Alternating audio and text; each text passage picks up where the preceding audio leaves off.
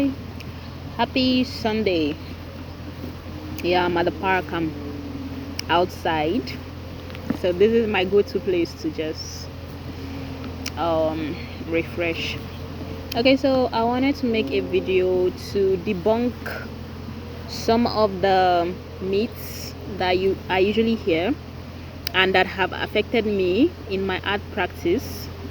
And you might hear these things from maybe your lecturers, your mentors. If you're an apprentice, you hear it from the person that you are under. So the first one, and this one I think is I think that people should stop criticizing art. I don't think art should be criticized. When I was in school, I had my lecturers criticizing me a lot, and what I was hearing a lot was your work is chalky. I was hearing different kinds of things. They said you need to keep on practicing every single day, right? Some people even make you believe that if you don't practice your artwork, the art is going to leave you. Can you imagine? So I'm here to tell you, if you are somebody that is in school and you hear these kind of things on a regular, when you come out of school, if you keep on practicing every day, you're going to burn out.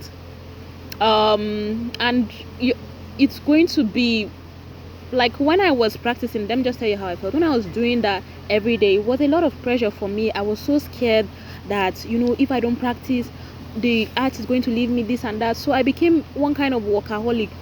I went somewhere and they were like, do you have up to I wanted to have an exhibition, and they asked me, do you have up to 100 works in your portfolio? I'm like, why do I need to have up to 100 works? So that kind of perspective will leave you keep on working. You just be working non-stop, and it can really affect your nervous system. You don't know when to shut down. You just be working. That thing really affected me.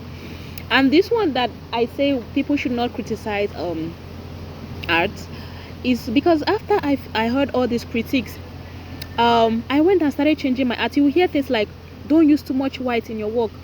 The first time I was hearing this criticism was in 300 level. When I reached 400, I tried to take out this criticism and put it in my work. I noticed my work started looking horrible. They look horrific. So it's a lot of years now, and I just realized that those critics, those lecturers, you don't even know where their criticism is coming from. Some of them can be coming from a place of envy. Some of them might envy your energy. Some of them might envy even your art, the way it looks, and they will just try to shut you down. So you don't know what they're thinking when they're criticizing you.